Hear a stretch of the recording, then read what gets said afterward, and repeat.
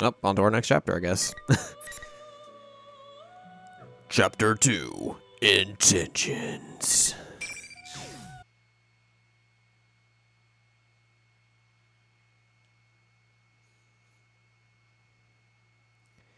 This school is a terrifyingly quiet world. After leaving the classroom, I take a stroll around the school. The empty school building is blurred in a dim light, making it all the creepier. And, for some reason, it's become a complicated maze, as if the entire school had become a giant trap. Man, whoever made this must be pretty twisted. Then again, who am I to talk? I glanced around and noticed the walls and ceilings were bored through as if something crashed into them. I saw plenty of similar signs of damage on the way here. I neither know nor care what happened, but the violent scratches here tell a story of what happened.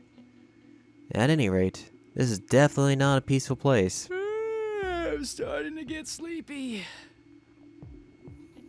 I'm out of shape, and my back is hurting. Let's get this over with and go back. I rub my tired eyes and climb up the nearest set of stairs. Oh, what's behind door number 1? There's just a single door at the end of this path. Normally, this would be the way of the roof. There's no telling where it goes in this crazy world. In any case, I guess I'd better take a look. It doesn't appear to be locked. I slowly open the door, and a warm, moist wind blows in. What in the world is this?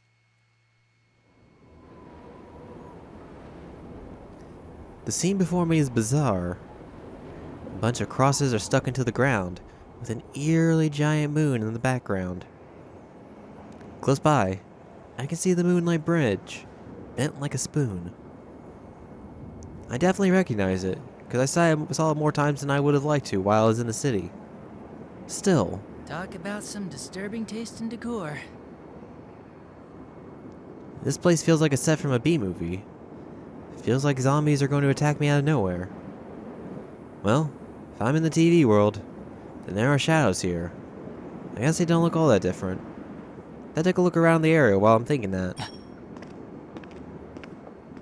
I sense a presence right behind me, and I instantly realize that someone snuck up on me. You gotta be kidding me. I may be crooked, but I was still a cop. I was paying attention to my surroundings, and somebody still got the drop on me. I carefully turn around and see a young man standing there. Welcome to his world. You must be Toru Adachi. The young man spreads his arm in a welcoming gesture. He has impressively red hair and a sharp yet cold stare. He carries 2 odd-looking katanas and bears an X-shaped scar across his face. But above all, it is extraordinary pressure he's given off. It's the same feeling as what I felt in the interrogation room. He's the one who called me here. No doubt about it. Chills run down my spine in the face of this murderous intent. I keep a straight face and speak like I always do to hide my fear. Are you the one that called me out? Seriously, I'd rather not. I'll tell you who I am to thank you. I am Minazuki. Sho Minazuki. The young man grins after he says that. I notice he has a Yasuo High uniform tied around his waist. Does that make him a student there? He seems rather composed to be one. Those detective wannabe brats acted more their age. Huh? And what does this Minazuki-kun want with me? If you don't have any business in particular, I'd really like to head back. Whether or not I explain myself to you will be decided right now. In the blink of an eye, his katana is pointed at my throat. Hey man, what gives? He's the one who wanted me here. Isn't this a bit of a mean greeting?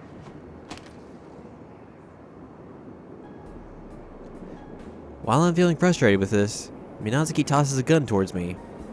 This grip. It's the same revolver as the one I kept when I was a detective. It's your gun. Pick it up. You're a skilled marksman, no? Minazuki raises his katanas. The punk wants to test my strength. Fine. I cluck my tongue and pick up the revolver off the ground.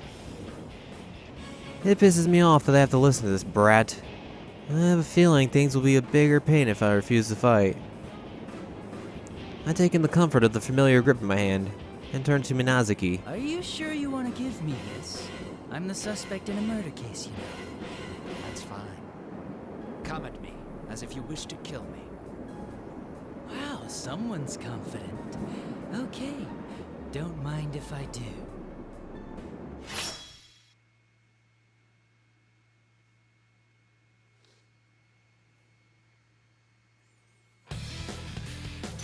Let's do some fighting.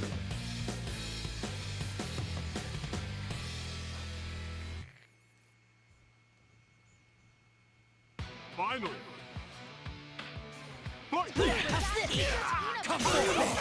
Oop. How's this? How's this? I'm pretty sure I did a video with Adachi back when I was just playing the straight Japanese version, didn't I? You piss me off. Think I did. Maybe. It's no use. How about this? Come here, I'll take you on. It really is stupid, you know? Oh, I missed. Fuck. Watch this. How's this? Come forth. Ow. Ow, ow, ow, ow. Come forth. It's no use. I knew it. What? You won't hit me. I felt that one. Yikes. Stop. You're an asshole. Oop, oop. Aha. I want to trip you. Break your persona. Yikes. There we go. What a Trip him and laugh. Why not just give us this? Oh my! They lost!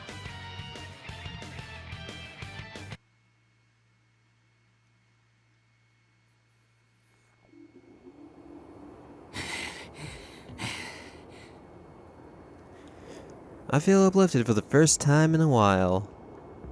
Minazuki's power was something. It definitely wasn't the standard keep it clean style of fighting. Sure, I beat him, but he probably wasn't taking me seriously. In fact, Minazuki's pretty nonchalant while he looks at me. He seems satisfied. You're quite skilled. I find your defeat incomprehensible. Look who's talking.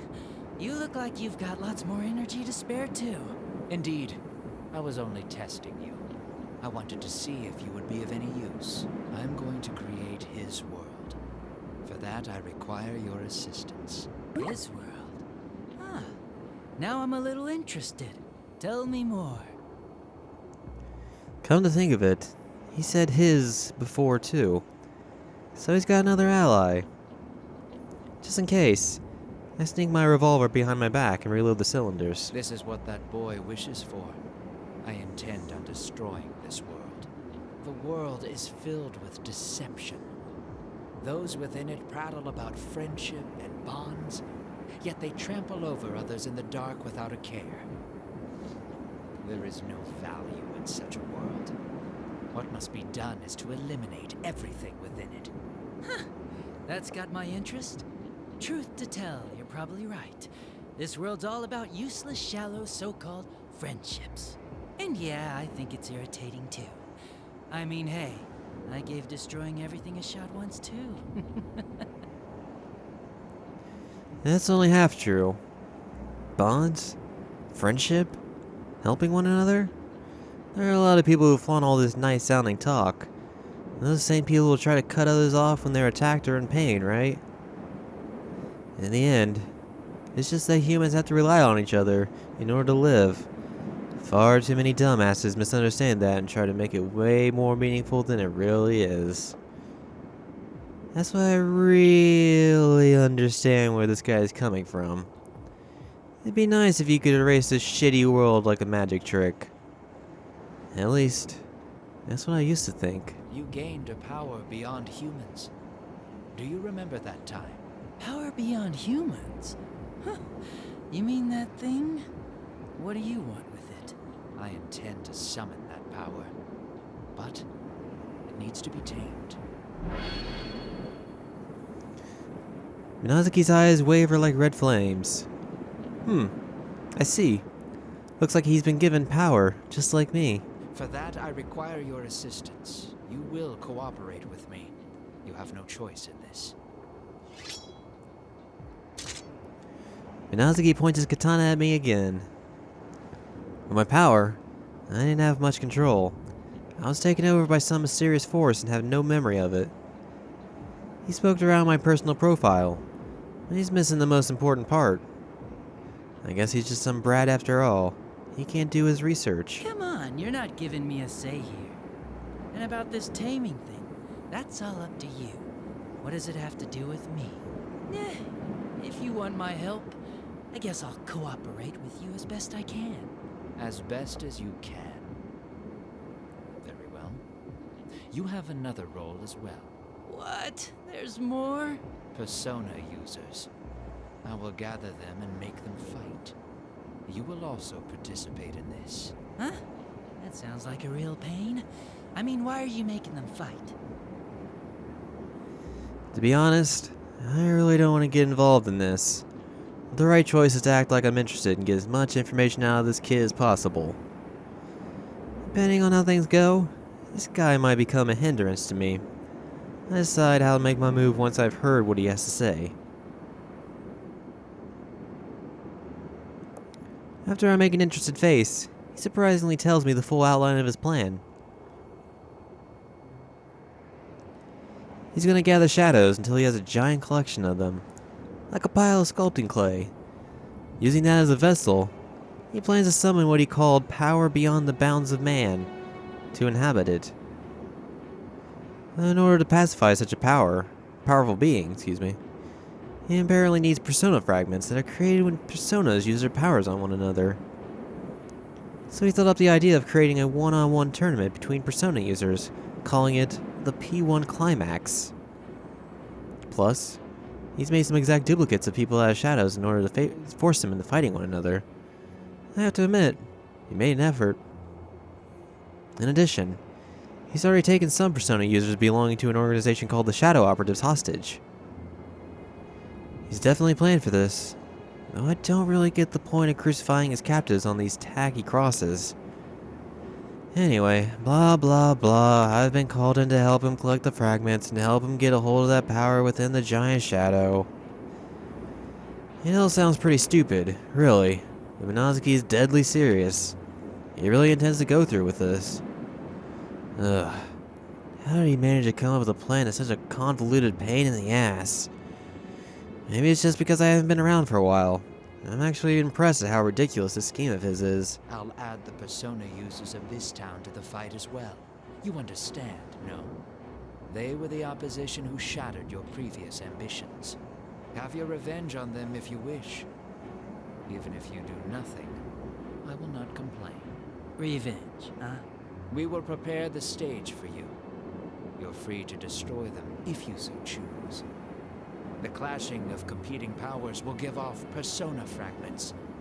This will advance our plans.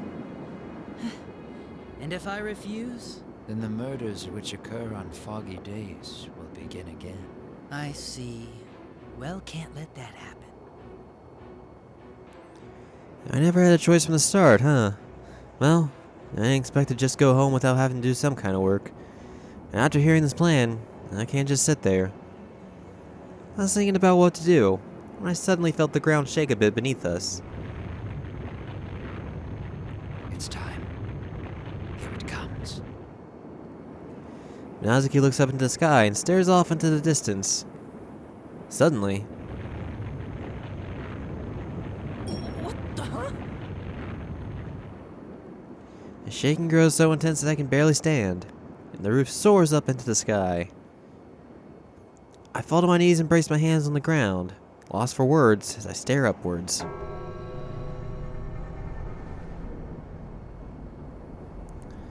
The sky has turned red, like ink staining a piece of paper, or an infection spreading across healthy flesh. Oh man, isn't this a little over the top?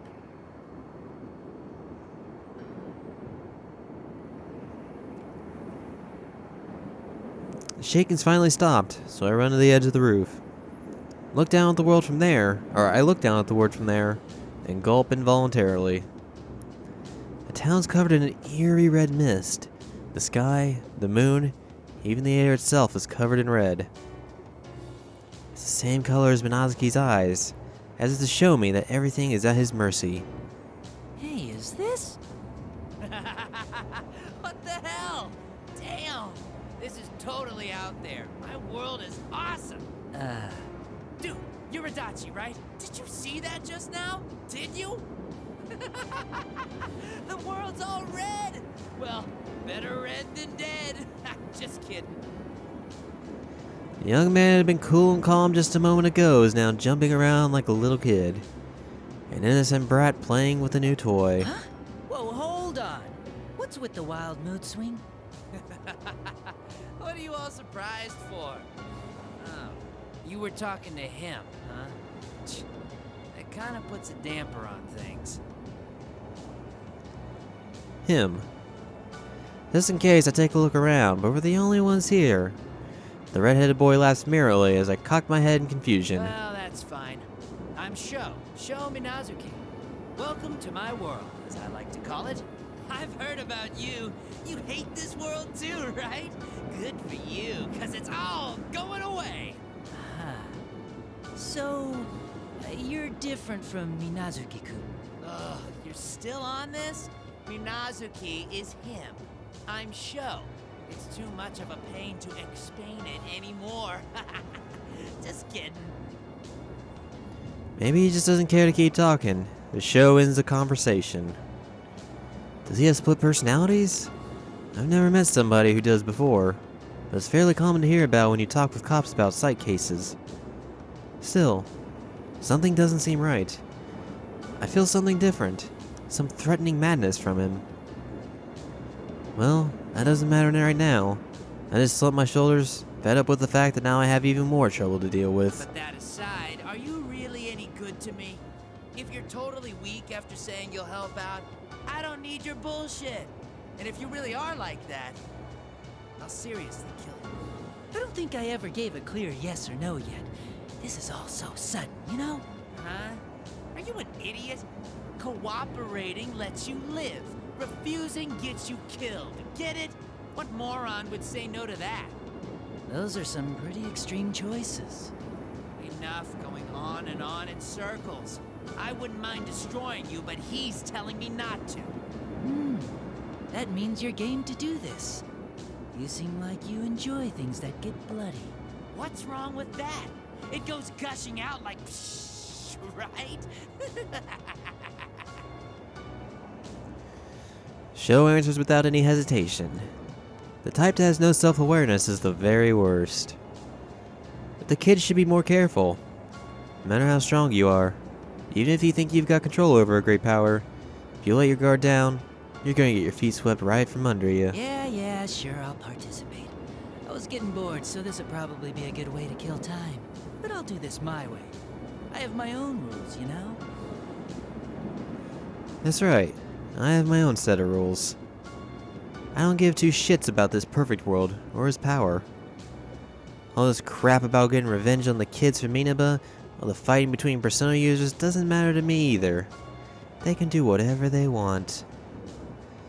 But things are different if they're gonna start interfering with me. I don't want anyone getting in the way of my rules, no matter what. Huh? Well, do what you want. I don't care if it's rules or roulettes, but if you try anything funny, I'll cash you out like that. I'll mount you up nice on the wall next to the investigation team. A dodgy-looking Adachi. Just kidding. He laughs at his own lame joke, and his eyes suddenly glow red. He turns his piercing gaze on me. But I'll be watching you, so you better not slack off. Got it. Well, I've got somewhere to be, so do what you want from here. See ya!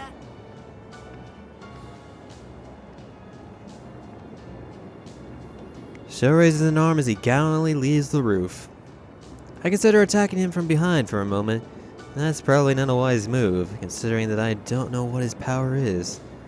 Only idiots rush things. Now then, how do I go about this? I spin my revolver on my finger out of habit, then look up into that red sky, a crimson shroud filling my line of sight. Ah, that brings back memories of being inside the TV last year. First time, I found myself inside the television. The days of being run ragged, running around with Tojima-san, fighting the kids inside the TV world. thought I'd forgotten all that. I guess not. They're not very pretty memories, but it wouldn't be a lie to say that those experiences made me the man I am today. I'm hit by a fierce wave of nostalgia and close my eyes. The lump of steel in my hand seems extremely heavy.